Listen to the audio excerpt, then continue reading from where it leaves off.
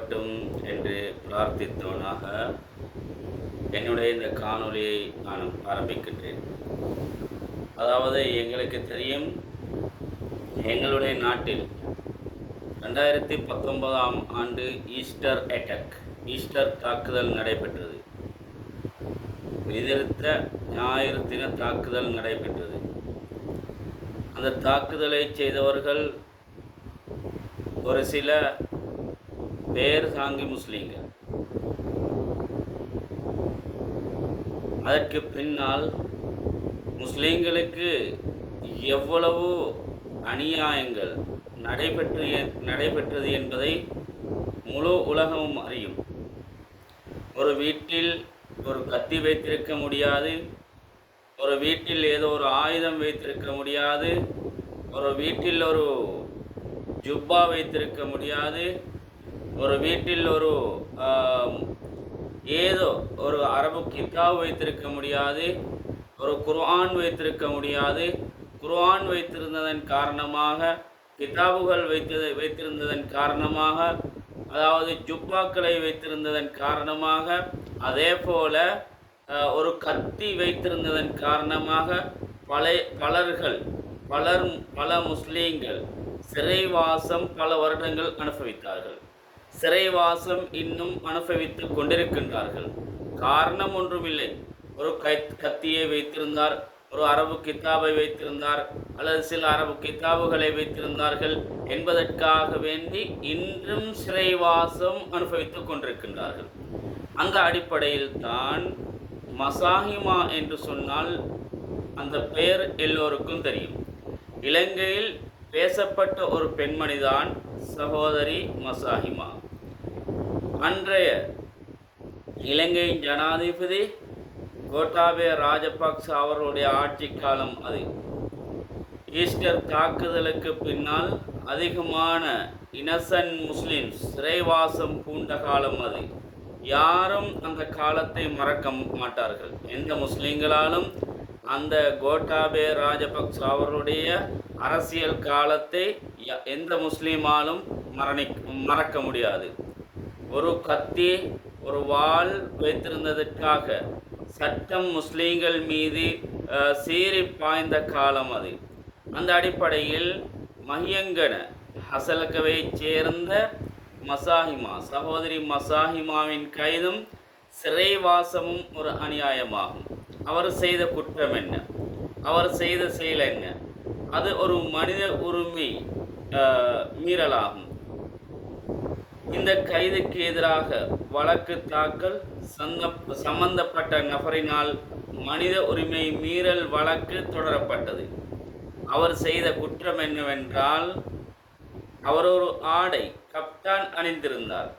அதாவது பௌத்தர்கள் மதிக்கக்கூடிய தர்ம சக்கரம் அணிந்த ஆடை, பதித்த ஆடை அணிந்திருந்தார் என்ற குற்றச்சாட்டில் தான் அவர் கைது செய்யப்பட்டு சிறைவாசம் அனுபவித்தார்.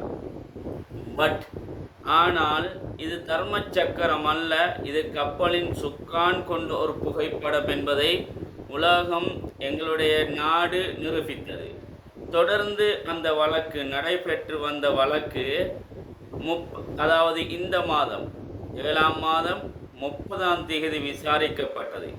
நீதியரசர்களான யசந்த கௌரவ, யசந்த கோட்டேகொட, அதே போன்று நீதியரசர் முமுதினி விக்ரமசிங்க, அதே போன்று நீதியரசர் சிரான் குணேரத்ன, மூவர் அடங்கிய நீதி அரசர் குலாம் விசாரித்து தீர்ப்பு வழங்கியது. அப்போதைய என்ன தீர்ப்பு என்று சொன்னால், அப்போதைய ஹசலக போலீஸ் பிரிவின் ஓவைசியாக இருந்த சந்தன நிசாந்த என்பவர் தனது சொந்த நிதியிலிருந்து 30,000 ரூபாவை அந்த பாதிக்கப்பட்ட பெண்மணிக்கு வழங்க வேண்டும் என்பதுதான் தீர்ப்பு. அதே போன்று 4 ஆண்டுகளுக்கு மேலாக வழக்குகள் நடைபெற்று வந்தது. அதற்கான செலவுகளை அரசாங்கம் பொறுப்பெடுக்க வேண்டும் என்பதுதான் 2வது நிபந்தனை. சட்டம் இன்னும் இலங்கையில் உயிரோட்டமுடையதாக இருக்கின்றது என்று கூற முடியும். இதற்காக வாதிட்ட சட்டத்தரணிகளான ஃபாத்திமா நுஸ்ரா சட்டத்தரணி ஃபாத்திமா நுஸ்ராவின் வழிகாட்டுதலின் பேரில் புலஸ்தி ஹேவமன்ன, சட்டத்தரணி ஹர்னி ஜெயவர்தன, சட்டத்தரணி இர்ஃபானா இம்ரான், இந்த 4 சட்டத்தரணிகள் குலாம் இந்த வழக்கை என்ன செய்தார்கள்? வழக்கு தொடர்ந்து பேசிக் கொண்டிருந்தார்கள். உண்மையிலே இவர்களுக்கு இந்த 4 சட்டத்தரணிகளுக்கும் 3 அடங்கிய நீதி அரசர் குலாமுக்கும் இஸ்லாமிய சமூகம் சார்ந்த நன்றிகளை நான் ஒரு ஆலிம் என்ற வகையில் தெரிவித்துக் கொள்ள விரும்புகின்றேன். சமூகத்தின் தலைவர் என்ற வகையில் தெரிவித்துக் கொள்ள விரும்புகின்றேன். உண்மையிலே இன்னும் நீதி இலங்கையில் இருக்கின்றது என்பதைத்தான் எங்களுடைய இந்த முடிவின் மூலமாக எங்களுக்கு தெளிவு பெறுகின்றது. அதே போல டாக்டர் ஷாஃபி ஷிஹாப்தீன் அவர்களுக்கும் நீதி கிடைத்திருக்கின்றது. இவைகளை வைத்து பார்த்தால் இலங்கையில் இன்னும் நீதி சாகவில்லை என்று தான் சொல்ல வேண்டும். நீதி இருக்கின்றது, உண்மையிலே நீதி இருக்கின்றது. அதனால் தான் இவர்களுக்கு நியாயமான முறையில் நீதி, அதாவது தாமதமாகினாலும் நீதியாக வழங்கப்பட்டிருக்கின்றது என்பதுதான் என்னுடைய இந்த காணொளியிட நோக்கமாக இருந்து கொண்டிருக்கின்றது. அதே போன்று இன்னும் ஒரு கவலையான ஒரு சம்பவம் எங்களுடைய நாட்டில் ஏற்பட்டிருக்கின்றது. ஒரே குடும்பத்தில் 3 பேர் சடலமாக 3 பேர் மரணித்திருக்கின்றார்கள். அதாவது தந்தை, தாய், கணவன், மனைவி, அதே போன்று 17 வயது மகள், 13 வயது மகள் உயிர் தப்பியிருக்கின்றார். இந்த சம்பவம் கண்டி மாவட்டம் யட்டினுவர பகுதியில் பதிவு செய்யப்பட்டிருக்கின்றது. இவர் யட்டினுவர பிரதேச சபையின் எதிர்க்கட்சி தலைவர் சம்பிக்க நிலந்த என்பவர் ஆவார். இவர் என்ன செய்திருக்கின்றார்? மனைவியையும் 17 வயது மகளையும் அதிகாலை ஸ்லீப்பிங் டேப்லெட் கொடுத்துவிட்டு அவர்கள் இருவரையும் கொலை செய்திருக்கின்றார். அதே போன்று 13 வயது மகளை கொலை செய்வதற்கு முயற்சித்த வேளையில்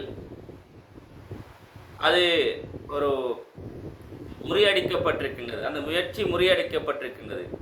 அந்த குழந்தை 13 வயது குழந்தை உயிர் பிழைத்திருக்கின்றது. இப்போது அந்த குழந்தை வைத்தியசாலையில் அனுமதிக்கப்பட்டிருக்கின்றது. இந்த மரணத்திற்கான காரணம், அதாவது முடிவு என்னவென்றால், அதிகமான கடன் தொல்லை. 50 லட்சம் யாரிடத்திலோ, அதாவது தேர்தல் பிரச்சாரத்துக்காக வேண்டி, தேர்தல் செலவுக்காக வேண்டி வாங்கியிருக்கின்றார். அந்த 50 லட்சத்தையும் கொடுத்தவர் அடிக்கடி மிரட்டல்கள், அடிக்கடி அவருக்கு தொலைபேசி அழைப்பு, அடிக்கடி பிரச்சனைகள், அவருடைய பணத்தை திருப்பி தருமாறு. அந்த தொல்லை தாங்க முடியாமல் தன்னிடத்தில் இருந்த காரை 15 லட்சத்துக்கு விற்று அதனை 15 லட்சத்தை கொடுத்திருக்கின்றார். மீதி பணத்தை கொடுக்க முடியாததன் காரணமாக அவரே தானாகவே தன்னுடைய மனைவியையும் 17 வயது மகளையும் கொலை செய்துவிட்டு அவரும் கழுத்தில் தூக்கிலிட்டு மரணித்திருக்கின்றார் என்ற ஒரு செய்தியும், துக்ககரமான, துன்பகரமான, கவலையான ஒரு செய்தியும் எமது நாட்டில் பதியப்பட்டிருக்கின்றது. எனவே மீண்டும் ஒரு வீடியோவில் சந்திக்கலாம் என்று வேண்டி விடைபெறுகின்றேன்.